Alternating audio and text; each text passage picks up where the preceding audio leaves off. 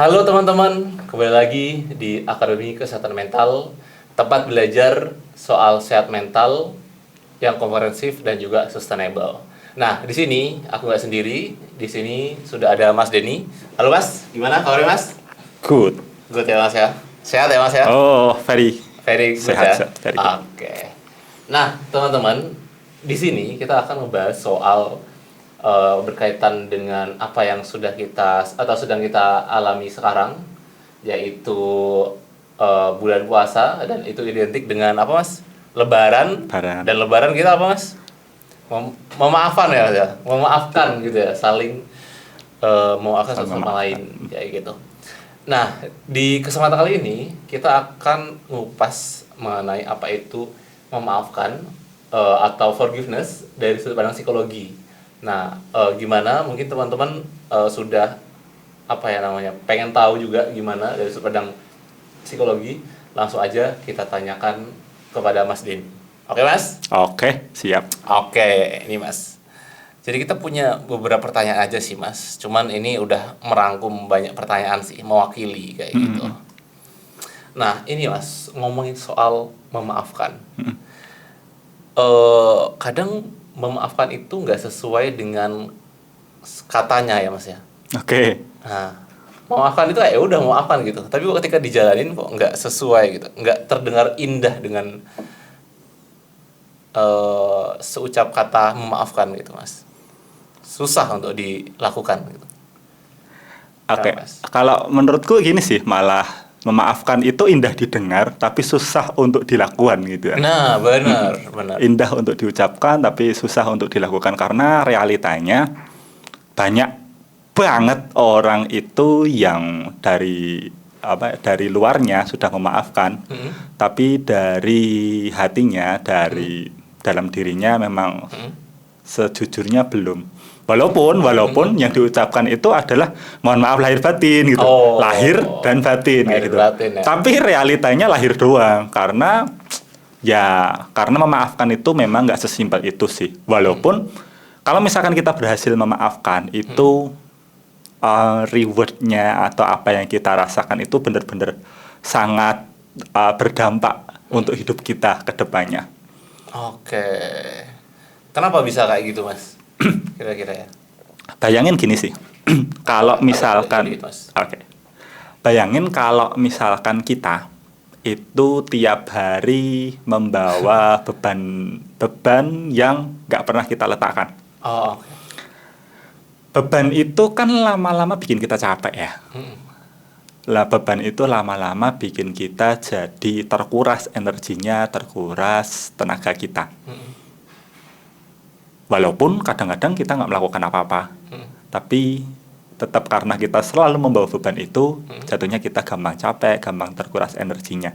Dan ini mungkin juga teman-teman mengalaminya. Kayaknya aku nggak ngapa-ngapain deh, tapi kok aku gampang capek ya. Terlepas dari sudut pandang biologis ya, mungkin ada karena kebanyakan makan gula atau segala macam. Tapi aku mau disclaimer dulu bahwa pembahasan di kali ini itu pendekatan psikologi. Dan psikologinya lebih mengarah ke yang NLP, mindfulness, self healing dan bersih-bersih mental kayak gitu. Karena ada psikologi yang nanti arahnya ke ini kan biologis kayak gitu, biopsikologi kayak gitu. Biopsikologi. Nah, aku lebih mengarah ke yang NLP, mindfulness, self healing, bersih-bersih mental supaya teman-teman lebih enak nih buat mengkonsumsinya. Iya, iya. Nah, aku lanjutin Oke. bahwa tadi beban mental yang nggak pernah diletakkan kan rasanya juga berat gitu, membuat hari-hari kita jadi berat. Mungkin bangun tidur rasanya udah berat aja, bangun tidur tapi Bangun rasanya tidur, udah ya? berat kayak gitu. Karena ada beban-beban emosional, beban-beban mental yang memang membebani. Nah, memaafkan itu salah satu cara yang sangat signifikan untuk mengurangi beban emosional kita. Karena Oke. ketika kita itu memaafkan, ya kita melepaskan beban emosional itu. Cuman memang nggak mudah sih. Ada step by stepnya untuk kemudian kita bisa memaafkan. Walaupun kadang step by step ini ada yang menyadarinya, ada yang nggak disadari. Oh, oke. Ada orang yang tanpa sadar udah, oh oke, memaafkan gitu aja. Langsung ke step memaafkan. Step memaafkan. Tapi kalau misalkan kebanyakan orang kan nggak langsung kayak gitu. Nggak semua orang itu langsung bisa sampai ke step, oh memaafkan. Oke. Nah, maka kita bisa menempuh jalur yang secara aware, secara sadar untuk kita masuk ke memaafkan itu. Itu dulu. Oke. Tapi BTW Mas, tadi kan kita ngomongin soal memaafkan ya. Ada nggak sih miskonsepsi soal memaafkan yang sebenarnya itu bahaya untuk diri kita kayak gitu? Miskonsepsi ya. Ya, Kan miskonsepsi. tadi kan kita ngomongin soal beban yang kita angkat terus, tapi bebannya sebenarnya nggak ada gitu. Itu udah berbahaya Mas. Mungkin ada lagi nggak Mas ya? Oke. Ada. Ada. Dan ini banyak banget disalahpahami oleh masyarakat kita. Ataupun masyarakat dunia, aku nggak tahu juga ya, tapi di masyarakat kita itu banyak yang menganggap bahwa memaafkan itu adalah memaklumi. Oke. Padahal bukan. Oke. Ada yang menganggap memaafkan itu artinya menyetujui perbuatan yang tidak nyaman itu. Oke. Padahal bukan. Ada orang yang menganggap bahwa memaafkan itu adalah melupakan. Padahal ini bahaya sih. Bahaya. Menganggap memaafkan itu melupakan. Karena apa? Karena kalau misalkan kita melupakan sebelum memaafkan, itu lebih bahaya. Nanti kita bahas. Kemudian selanjutnya ada orang yang menganggap bahwa memaafkan itu artinya harus menerima kembali. Padahal enggak. Enggak. Oke, kita explore satu persatu ya. Boleh Mas. Yang pertama, memaafkan itu banyak yang memahami sebagai memaklumi. Ya, memaklumi itu satu hal yang baik, tapi memaafkan bukanlah memaklumi. Oke. Memaklumi itu menjadi salah satu bagian kecil dari memaafkan. Karena kita kadang-kadang ada di posisi untuk bisa memaafkan kita harus memaklumi dulu. Walaupun nggak semuanya seperti itu. Jadi memaklumi itu memandang bahwa orang ini melakukan seperti ini karena dia memiliki alasan tertentu. Itu memaklumi. Apakah apakah sakit hati kita itu jadi terobati karena itu? Bisa jadi. Tapi bisa juga enggak. Karena POV-nya enggak selalu bahwa kita itu bisa untuk memaklumi. So, itu jadi satu bagian kecil aja yang dalam tanda kutip enggak wajib. Enggak wajib ya Mas ya? Ya, tapi konteksnya adalah, poin pentingnya adalah memaafkan bukan semata-mata memaklumi doang. Gitu. Satu. Kemudian kedua, ada miskonsepsi yang mana mengatakan bahwa memaafkan adalah menyetujui perbuatan orang lain yang dalam tanda kutip merugikan, gitu ya. Terlepas dari salah dan benar ya, karena kan kita ngomonginnya psikologi itu lebih ke arah ke nyaman nggak nyaman, terus kemudian mungkin sesuai norma atau enggak, karena kadang-kadang sesuai salah dan benar gitu ya, kayak itu. Kadang-kadang salah dan benar juga tergantung sama value di sekitar kita kan. Benar lagi. Ya, terus kemudian gini, aku lanjutin bahwa memaafkan itu bukan berarti menyetujui perbuatan orang lain yang merugikan itu tadi ya. Karena kalau misalkan kita menyetujui, berarti kita mendukung. Menyetujui, kita mendukung dan menganggap bahwa perilaku tadi, ya mungkin boleh dikatakan, aku setuju dengan perilaku yang merugikan itu. Padahal memaafkan bukan berarti menyetujui.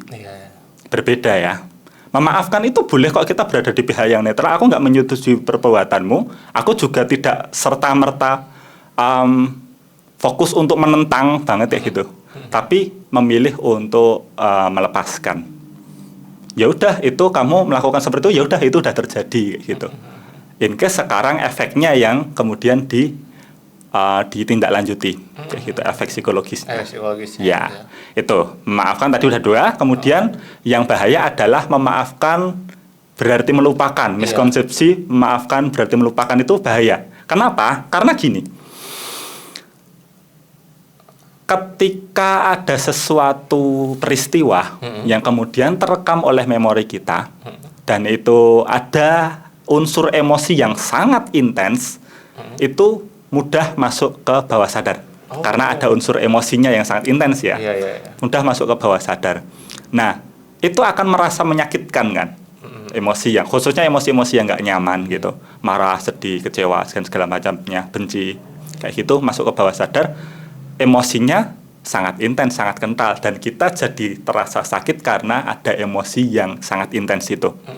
Bayangkan kalau emosinya sudah masuk ke dalam diri kita, kemudian tiba-tiba kita melupakan, memutus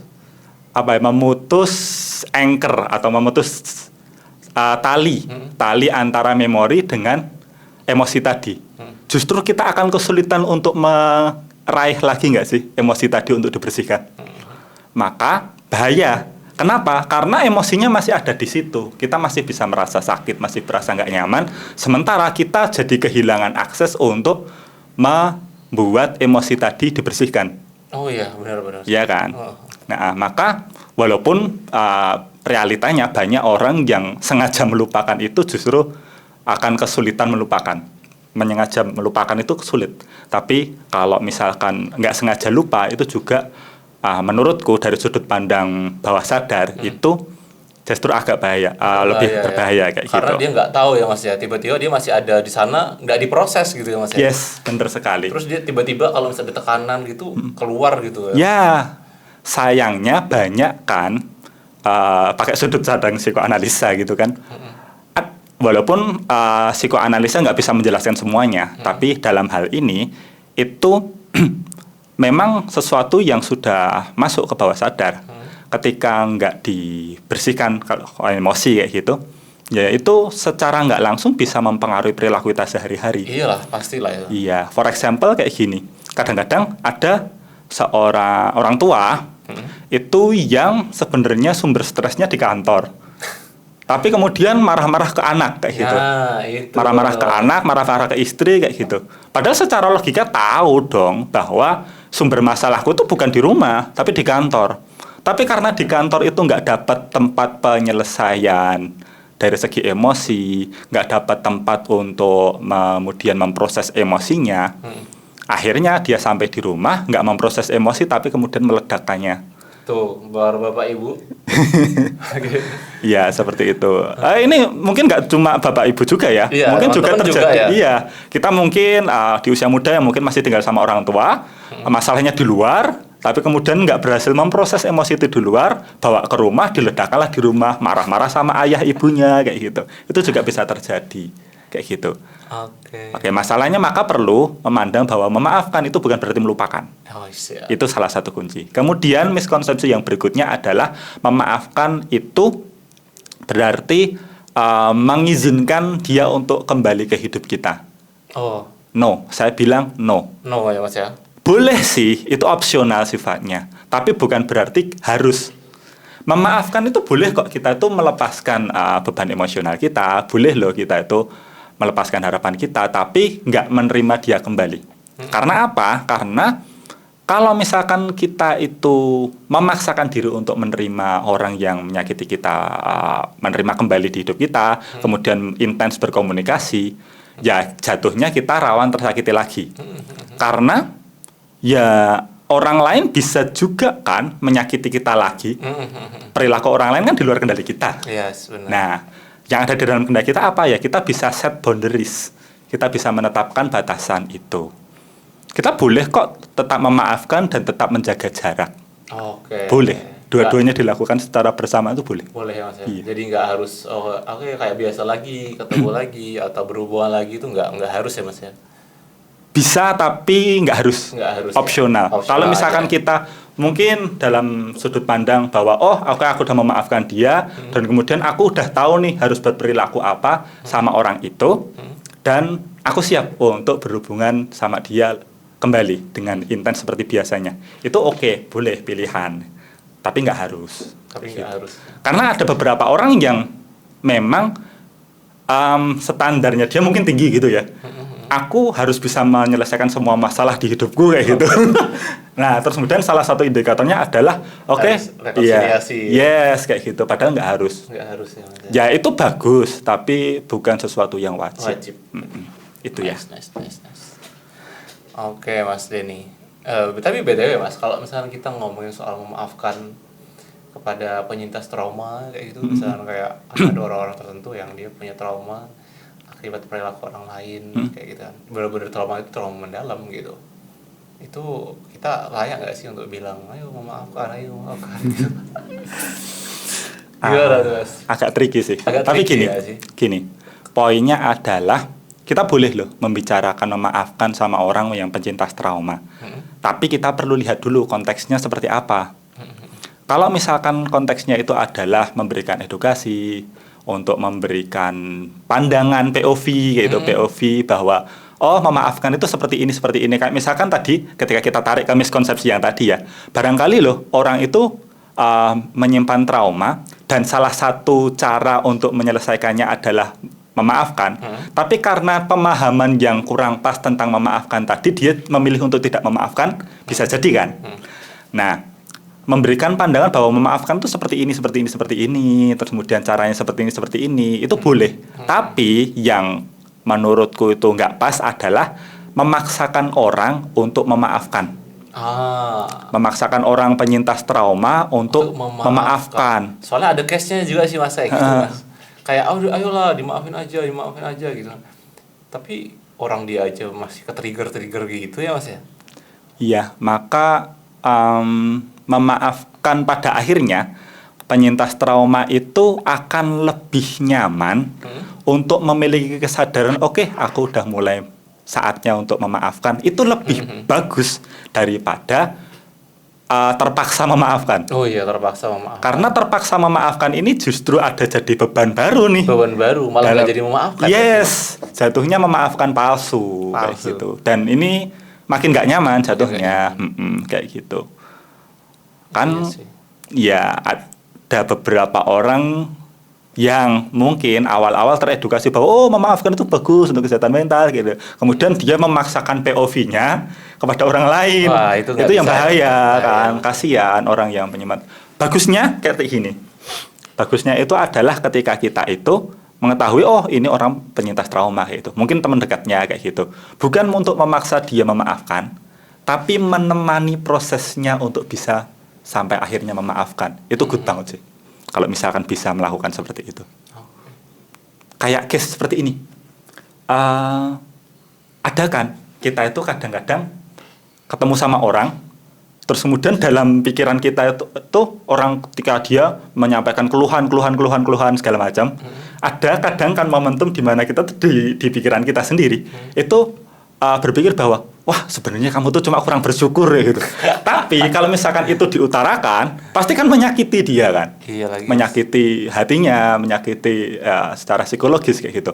Tapi akan berbeda case-nya ketika kita itu tahu bahwa sebenarnya kamu tuh kurang bersyukur aja. Tapi itu nggak dikeluarkan.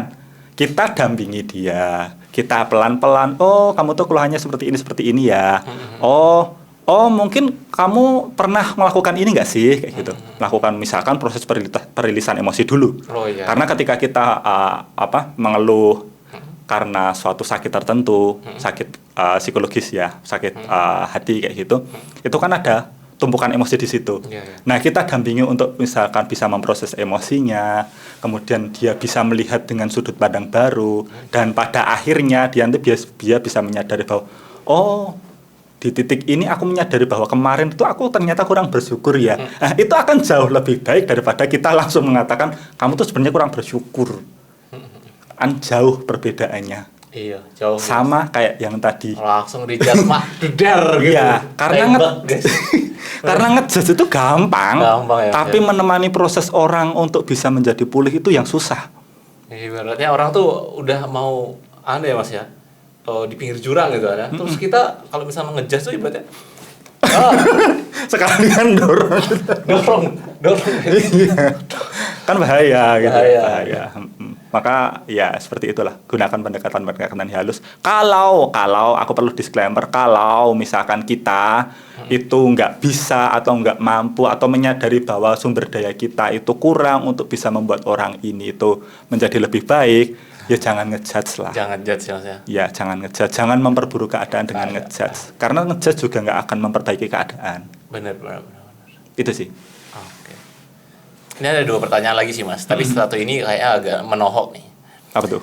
Kenapa kita itu mudah untuk memaafkan orang lain, tapi merasa sulit memaafkan diri kita sendiri? Oke. Ya. Berat kan. Nih aku misalnya sering banget ngalamin ini Mas. Misalnya kita punya rasa bersalah atau kegagalan tertentu gitu, itu kayak mau akan diri sendiri tuh kayak Berat banget saya. Oke, aku perlu jawab ini dengan beberapa beberapa bagian sih. Iya. Yang pertama ini dulu, memaafkan itu apa sih? Karena memaafkan itu seperti yang tadi udah dibahas bahwa miskonsepsi itu ternyata bukan kan gitu. Bukan memaafkan itu bukan berarti menyetujui, bukan berarti memaklumi, bukan berarti melupakan, bukan berarti menyetujui. Lalu memaafkan itu apa sih? Yes, damn. Nah, memaafkan itu simpelnya adalah melepaskan beban emosional kita dan melepaskan harapan kita kepada orang yang ingin kita maafkan. Melepaskan beban emosional kita. Kenapa? Karena ketika kita masih memikul beban emosional, kita akan sulit untuk memaafkan, akan sulit untuk melepaskannya. Simpelnya adalah kalau misalkan kita itu punya lemari gitu ya, lemari yang mau dipindahkan gitu kan, berat kan? Berat sih. Berat kan? Lebih mudah lemarinya itu ya misalkan kita mau buang, ya perlu kita ini dulu, kita urai. Ya mungkin dari awalnya itu ukurannya besar, kita kita pukulin, kita pukul supaya nanti bisa jadi bagian kecil-kecil, sehingga bagian kecil-kecil tadi lebih enak untuk kita proses, untuk kita buang kayak gitu, kita keluarkan dari kamar misalkan seperti itu. Nah, perlu untuk memproses emosinya seperti itu, pelan-pelan, step by step untuk mengurangi beban emosionalnya. Dan kemudian yang kedua adalah melepaskan harapan kita kepada orang itu, karena banyak memaafkan itu sulit terjadi karena kita itu masih berekspektasi, berharap orang yang menyakiti kita itu bisa datang ke kita minta maaf. Damn. Kita berharap orang yang menyakiti kita itu berubah sikapnya ke kita, merubah perilakunya dia, merubah menjadi kepribadiannya jauh lebih baik. Semakin kita berharap seperti itu, semakin kita susah untuk memaafkan. Damn. Bayangin gini sih, kalau misalkan kita tuh berharap sama orang yang udah menyakiti kita salah berharap gak sih? Salah sih. Salah kan? Salah sih. Salah berharap ya. Salah atau mungkin sih. ya bahasanya kurang tepat untuk kita itu melakukan. Logikanya nggak jalan sih. Iya kan? Dia itu aja udah menyakiti kita, kok kita masih berharap sama dia gitu kan? Berharap dia berubah lah, berharap dia datang minta apa segala macam. Ya udah, dia itu orang yang sudah menyakiti kita, that's it. Kemudian kita berhenti berharap sama orang itu. Shit man. Itu melepaskan beban emosional dan melepaskan harapan. Oke, itu dulu. Kemudian yang kedua adalah step by step untuk memaafkan. Itu yang pertama sih gampangannya. Kalau misalkan kita itu ada beban emosional tertentu, yang pertama tadi diproses pelan-pelan, step by step. Karena memindahkan atau melepaskan beban yang berat itu akan susah. Kayak gitu. Maka boleh loh kita tuh untuk proses memaafkan, goalnya nanti memaafkan, kita tuh melakukan step by stepnya dulu. Yang pertama kita proses emosinya, kemudian pakai self healing, teknik self healing, pelepasan emosi segala macam kayak gitu. Kemudian kita meningkatkan self love kita. Untuk apa? Supaya kita memiliki energi juga untuk dalam diri kita. Love is the most powerful energy. Cinta adalah energi terkuat. Maka coba arahkan cinta itu kepada diri kita supaya kita memiliki energi yang banyak. Damn. Kemudian selanjutnya adalah kita baru melepaskan harapan sama orang lain. Kemudian pada akhirnya kita bisa nanti ada di titik oke, aku memaafkan kayak gitu. Karena ini aku mau cerita sedikit. Aku pernah ada di satu momen aku berhasil memaafkan masa kecilku yang dulu tuh zaman SD, SMP, TK, SD, SMP. Tuh aku kan kaum terbuli gitu. Oh iya. Jadi beban mentalnya mungkin ya kalau sekarang sih aku memandangnya it's okay, itu yang easy. Tapi kan pada saat itu aku belum berhasil memproses itu kan. Jadi itu jadi sesuatu yang berat dan mempengaruhi kepribadianku kayak gitu. Aku jadi minderan, jadi nggak pede, insecure gitu. Merasa nggak berharga segala macam kayak gitu. Tapi setelah berhasil memproses itu, aku memaafkan masa laluku yang mengizinkan orang lain untuk membuliku, kemudian memaafkan orang lain yang telah membuli ke aku juga. Itu ada space ruang di sini yang sulit untuk dijelaskan. Rasanya di sini tuh kayak kosong. Kosongnya tuh kosong, bukan kosong yang hampa, tapi kosong yang lega kayak gitu. Ya. Bayangin gimana ya sulit menjelaskannya. Di dada itu kayak nggak ada jantungnya, nggak ada paru-parunya, bener-bener nggak ada bebannya di sini tuh. Itu momen memaafkan dariku, POV aku, yang aku merasakan bersyukur banget, oh gini toh ternyata rasanya memaafkan, yang benar-benar memaafkan.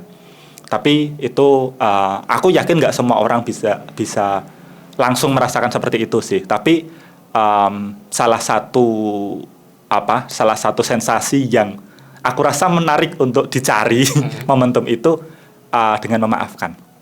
Itu. Terus kemudian step yang bagian ketiga, kenapa sih memaafkan diri sendiri itu lebih susah daripada memaafkan orang lain? Yes. Karena emosinya itu tertuju pada diri kita sendiri. Kalau misalkan kita memaafkan orang lain, kan sebelum dimaafkan emosinya tertuju pada orang lain. Memutuskan emosi kepada orang lain itu lebih mudah dibandingkan memutuskan emosi kepada diri kita sendiri. Karena kan jatuhnya campur aduk gitu ya. Antara kita itu mau positive thinking, mau punya self image yang bagus, tapi di sisi lain kok ada emosi yang nggak nyaman tertuju pada diri sendiri gitu kan. Bener. Maka kalau di proses terapi itu ada namanya part terapi. Jadi ini mungkin sebagai pengetahuan aja ya, tapi kalau misalkan untuk prakteknya perlu didampingi oleh profesional. Tapi gini, pada intinya di part terapi itu adalah memisahkan bagian diri kita yang membenci diri kita sendiri itu tadi dengan diri kita yang kita sadari, sehingga nanti bisa terjadi kayak memandang itu kan memandang orang lain gitu kan, diriku sendiri yang bagian diriku yang aku musuhin, bagian diriku yang aku tujukan emosi nggak nyaman tadi dipisahkan dari kesadaran ini.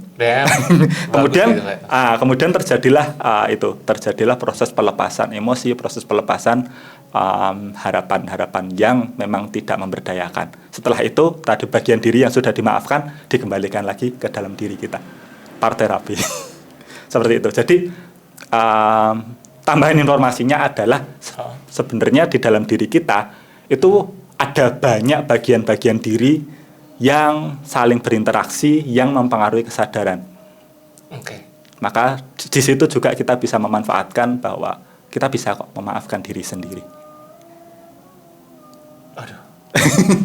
Iya. Tapi memang seberat itu ya Mas ya.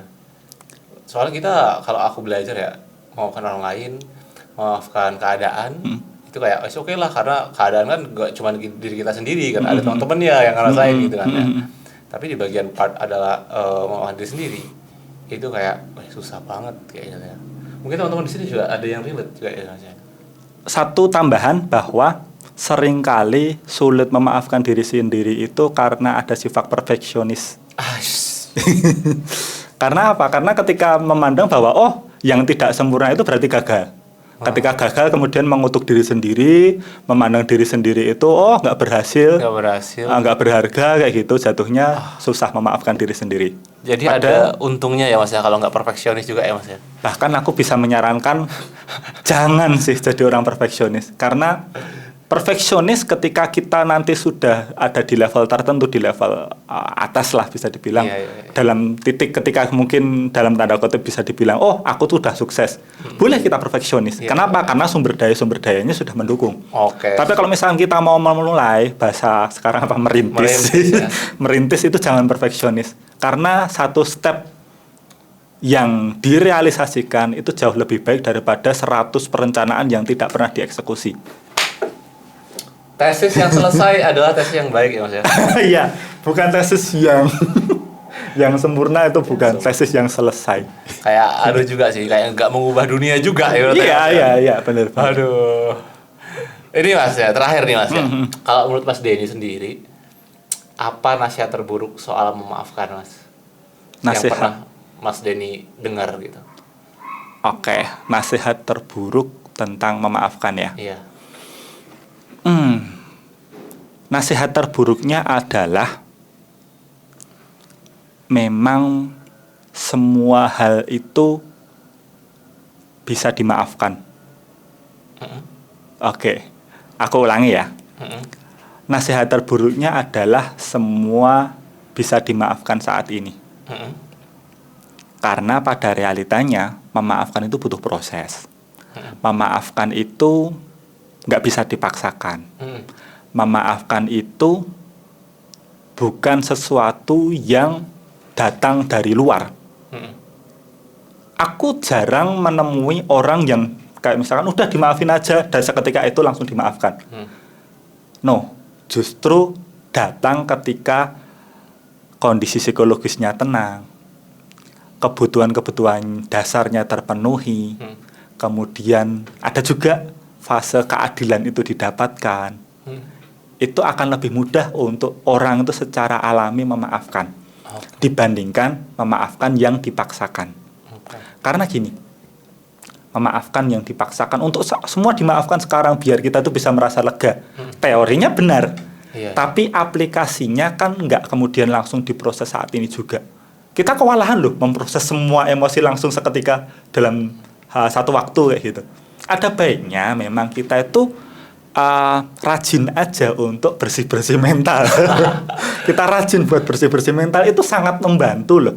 For example, kita tuh tiap hari kan membersihkan diri ya, mandi, sikat gigi, kemudian cuci muka gitu, cuci tangan sebelum makan, kemudian mungkin lingkungan sekitar kita bersihin kamar, ditata segala macam.